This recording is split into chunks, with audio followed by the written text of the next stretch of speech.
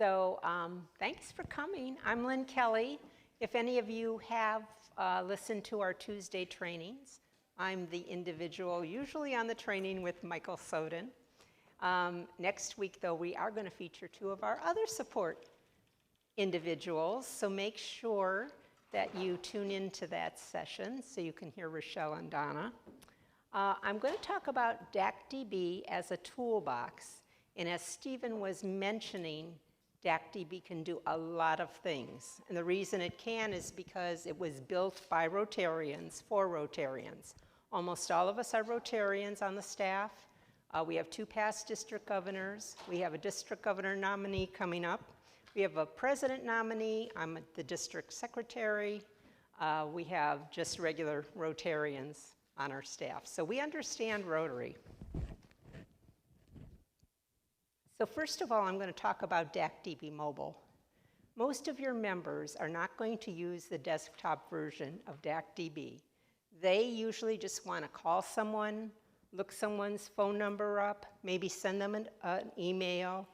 They just may want to look at the calendar and see what's coming up, either for a club event or a district event. They might want to just register. So the mobile app is the fastest way for them to get it into DACdb without having to deal with the other things that are available for the officers.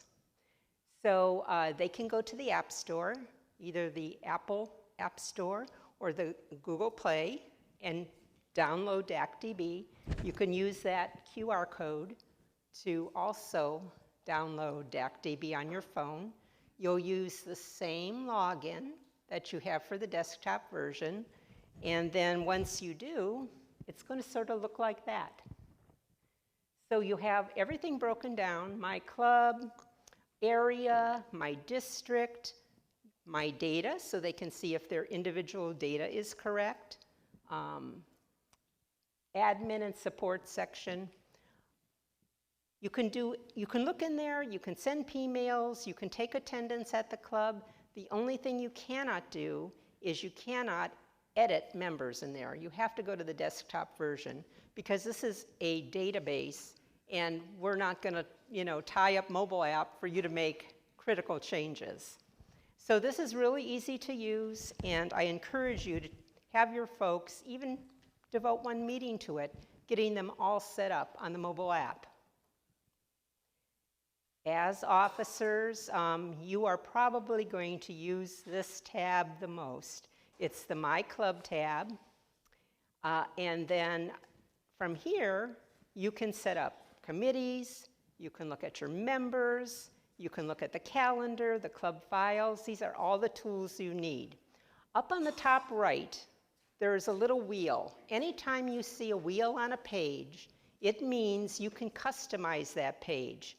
So sometimes we get calls that say, I don't see the engagement icon on my, under my club. Go to that little wheel.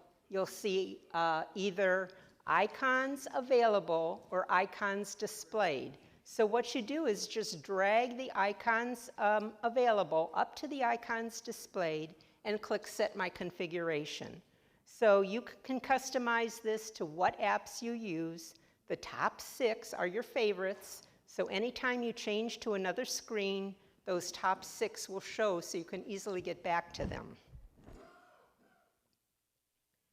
P-mail stands for personal mail. This is what you're going to use to communicate with your club, or the committees are going to communicate with each other. When you do send P-mail, there's, for anybody who's an officer or above, there's a handy little item that says P-mail all in the club. So all you do is click that button. It'll automatically populate the to section of the P-mail. The P-mail goes blind carbon copy to everybody. There are some options where you can actually show who's been P-mailed, but when they reply to your personal email. So you'll get it whatever, if you have Google, you'll go to Gmail, and that's where you'll receive the email. You don't have to come back into DACdb to receive the emails. You can track your mail after you send it. which is really handy because then you can see if you have any issues with people that have a problem with their email. They may have marked it as spam. And if you have an issue with a person, there'll be a little pink box under your tracking, and there'll be a number in it. And then you just click that little pink box on, and it'll tell you what's wrong with their email. Sometimes their mailbox is full, and it won't deliver to them. Or sometimes they marked it as spam. If somebody has marked it as spam, you have to put in a support ticket or call DACdb, and we will take them off the suppression list at our servers, our mail server company. So we have to do that for you. And sometimes husbands and wives share emails, and sometimes the wife is reading the email, the husband's a Rotarian, she's like, what is this? And she just marks it as spam. We see that a lot. So you can, if you're creating a P-mail and you walk away from your desk and you come back and the screen's gone, or you accidentally go somewhere else, after a minute, it's going to send your, save your P-mail as a draft. So you can just go to the drafts on the left, find the P-mail you were working on, open it up, and continue. So it's not lost. You can schedule delivery. And you can schedule delivery as far out as you want. So you're not going to be here. You're going on vacation. You want this to go out when you're on vacation. You can send it out for future delivery. However, if you get a new member or you lose a member in that time period, that email will not be corrected. So it's going to go out to the terminated member, and the new member is not going to get it. So just keep that in mind with scheduling delivery. Club members, what you'll see on the top is all of your officers and directors.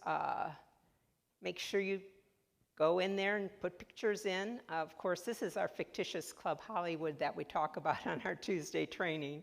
None of these people are really in any of our Rotary clubs, but we have fun playing with it.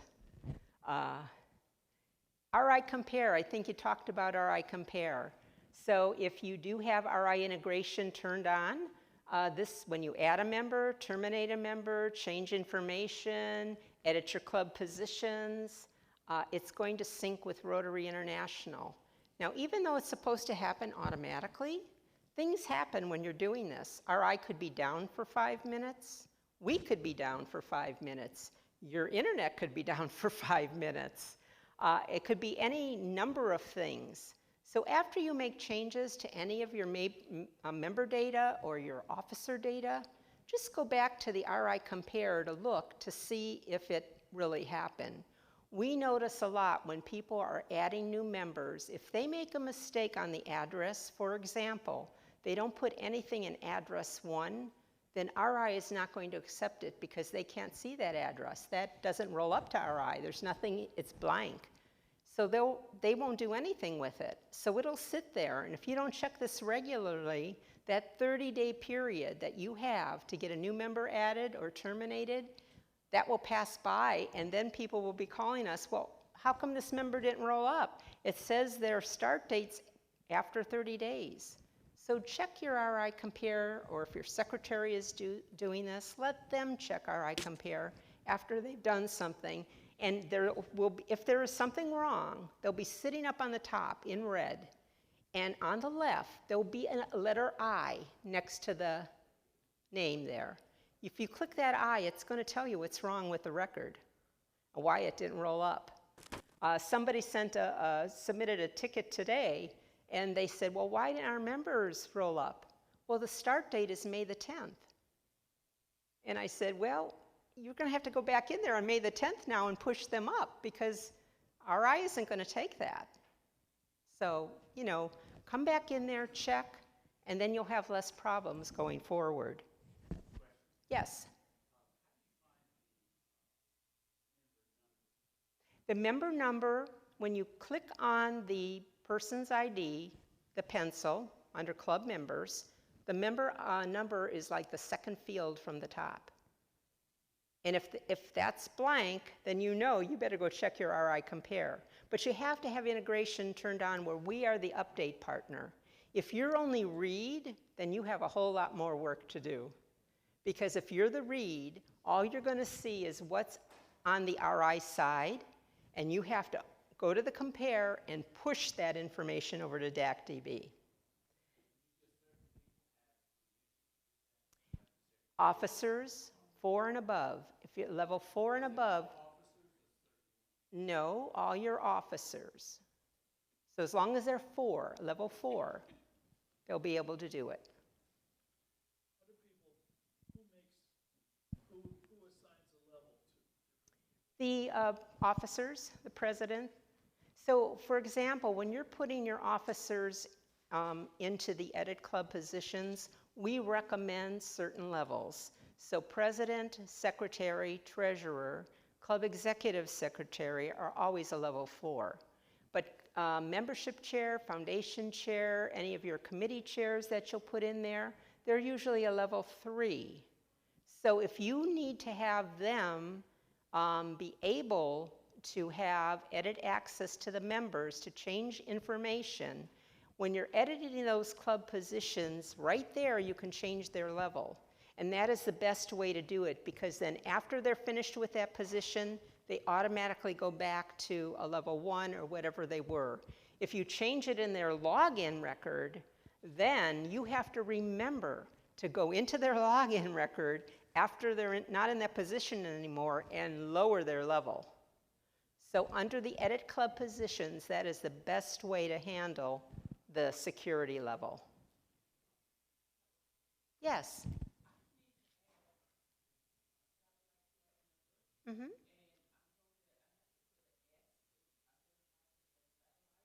Well, what you would have to do is the member type, there'll be a drop down.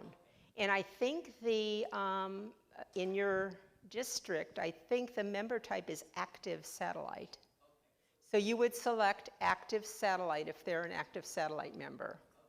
It just depends. Now there's a couple ways. If all of your satellite members are strictly under your club, then that's the way it would be. If they're a child, sometimes what they'll do is with a child, they will call them active, but it shows up as a separate club. So you can see me, well, your main club is a parent, and then when your satellite club is a child, so it looks like a club by itself. But really, you're not a club by yourself. Even if you do that, you're always under the main club. Yeah, a lot of other districts, that's how they set it up. So it's just one way, but you would probably pick active satellite. Thank you. Mm-hmm. Committees, if you're not using committees, you should start using committees. A great way, your board members, your service committee, your administrative committee, what this does is you assign a committee chair to them, they add their members, you encourage your club members to join different committees, and then the committees can communicate with each other easily. They just go to My Club, click on the committees, and then they're able to just P-mail the committees right from there. Plus, they have a file storage system right in the committees. So if that committee wants to keep all their files right there, they can. So committees is a great way of organizing your clubs. The calendar. Hopefully, you're all using the calendar. If you put in there's 3 different types of events. First, it's just a regular event. You're maybe telling people this is when we meet. Second, there's an RSVP, which means I want you to tell me yes or no you're coming. That's all it does. We don't make any enhancements to it.